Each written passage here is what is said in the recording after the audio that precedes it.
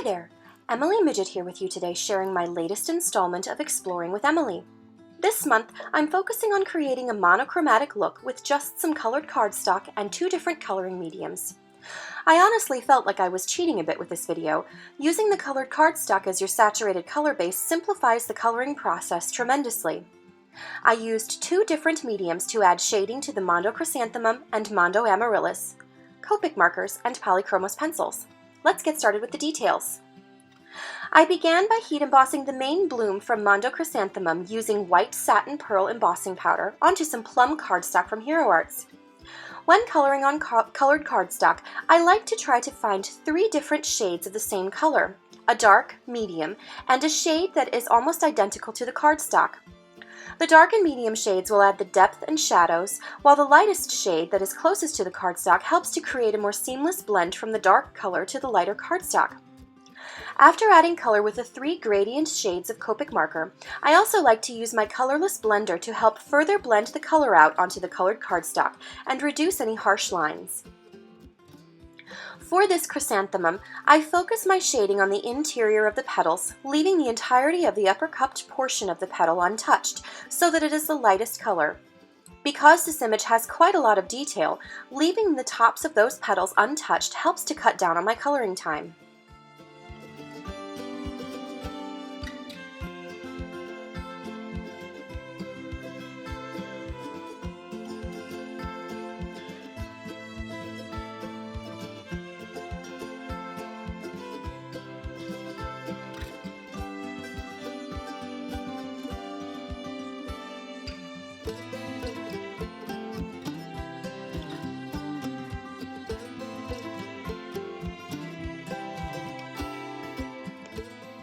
Once I had finished coloring the entirety of the flower, I die cut the Pretty Frames 2 cover plate die from Pink Fresh Studio from some more plum cardstock. I want to make this card as monochromatic as possible, adding only different variations of the same color. I adhered the frame to an A2 panel of the same plum cardstock using foam adhesive, then added a sentiment from the new Totally Random Sayings 2 sentiment set from Essentials by Ellen, which I had heat embossed on a rectangle of pebble cardstock using VersaFine Onyx Black and some more white satin pearl embossing powder, creating a pretty pearlescent charcoal effect. The final touch was to add a few mirrored silver pearls from Studio Katya.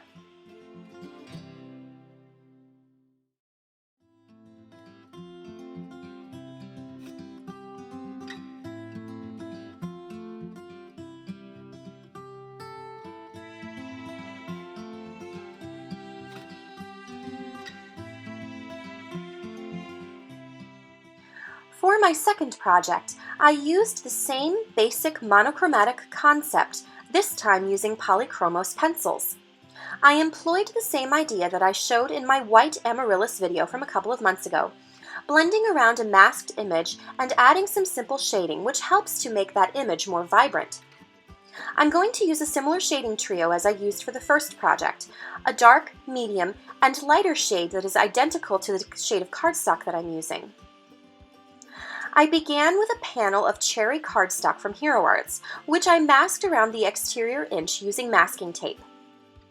Once I had masked around the edges, I placed the Mondo Amaryllis stamp set in the bottom corner of the open area, then stamped it using my MISTI and heat embossed it with more white satin pearl embossing powder. I also created a mask of the stamped flower image using a Post-it note and fussy cut it.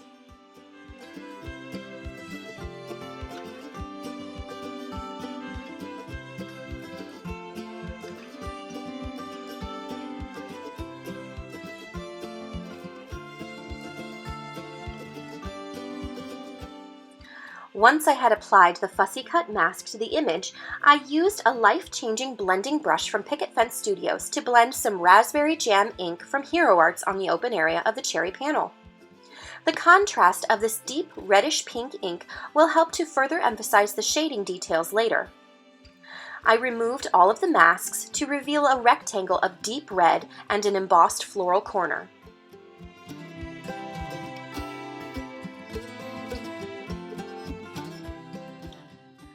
I then used the 3 shades of red polychromos pencil, concentrating the darkest shade closer to the center of the flower, pulling it out with the medium shade, then blending the two into the red of the cardstock with the lightest red pencil.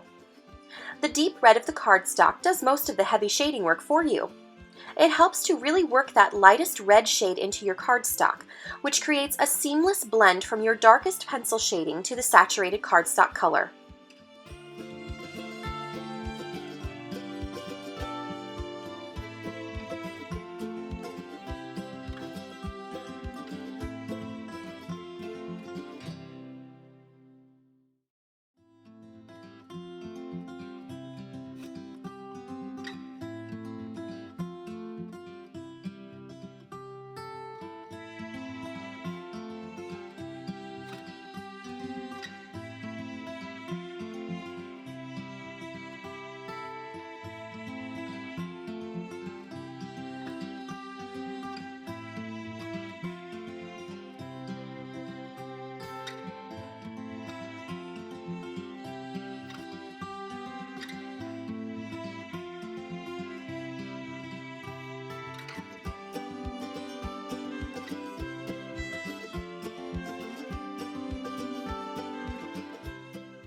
Once I had finished adding shading to the image, I die cut a large scripty Merry Christmas die from the Hero Arts from some pebble cardstock.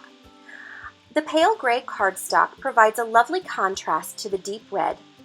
I trimmed up the pencil panel down a bit and mounted it on a piece of matte silver foil cardstock, finally adding the sentiment die cut.